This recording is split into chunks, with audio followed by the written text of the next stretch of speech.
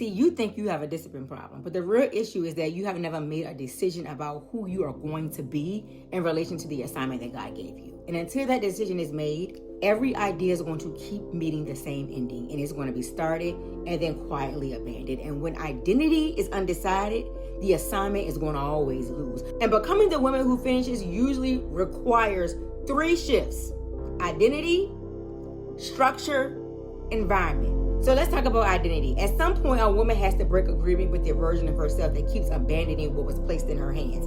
And many women believe that they've already broken that pattern just because they finally completed something. They wrote the ebook, recorded the course, uploaded the file. And listen, creating something that matters. It does. But the assignment is bigger than just the moment that the file was created.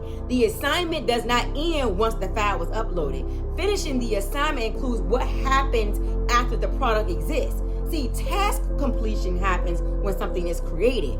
Finishing happens when something becomes real in the world, when it begins helping people, when it begins producing fruit. And the identity of a starter can complete a task, but the identity of a finisher carries the assignment past the exact point where you used to retreat. Because when that decision is made, the relationship between you and the assignment changes.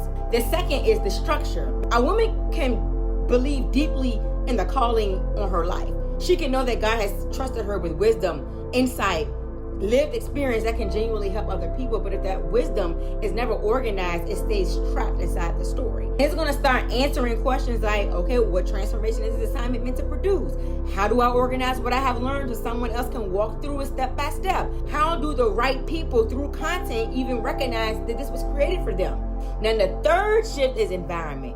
Because the decision about who a woman is becoming rarely holds its ground when she stays in the same surroundings that reinforces the old version of her. Environment determines which version of you is going to get reinforced. But when you place yourself around women who are actually building, becoming finishers, something different begins to happen. You begin to see ideas being carried all the way through in your own life.